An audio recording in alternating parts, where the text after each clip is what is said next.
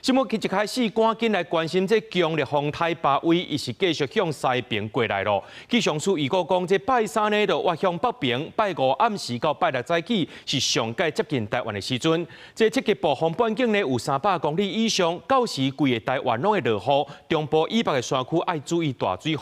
上緊拜四的時陣呢，這海上陸上警報做伙來發。啊，那這風颱巴威已經把這關島霜凍甲真凄慘咯，提醒咱的觀眾朋友愛事先做好準備。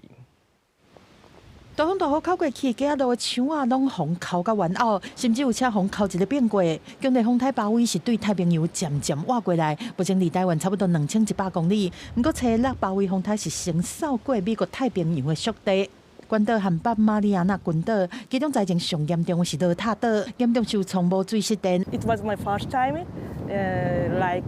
that strong typhoon. Yeah,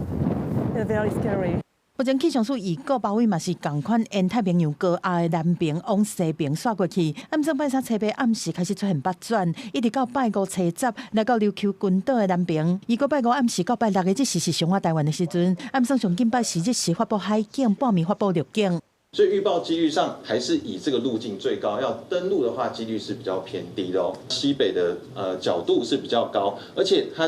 也是距離彭佳嶼以北的方向在往前走，所以以目前預報上來看的話，還是會帶來一些西北風，特別是對於北部的山區帶來比較明顯的雨勢。氣象署預測路徑是以通過台灣東北邊的近海，再個往西北過去，到台灣北部海面的幾率上懸，無一定會變作典型的西北風颱，但是期間嘛是會靠西北風影響全台。另外，在挖台灣的時陣，7級的暴風半徑，同款有300公里以上，暴風圈可能會升級到東北部的陸地，掃落來中部以北、宜蘭花蓮攏入去暴風圈的範圍。總共是提7巴威上挖台灣的時陣，有可能會離無到100公里，強烈全台的風雨都會較明顯。按照現在的預報的路徑來看哦，那當然影響最大的地方應該就是在差不多雲林彰化以北哦，一直到大台北基隆到宜蘭這一帶這個區域哦，因為它如果接近我們的這個東北部的近海的話，整個北風到西北風會直接從海面灌進來。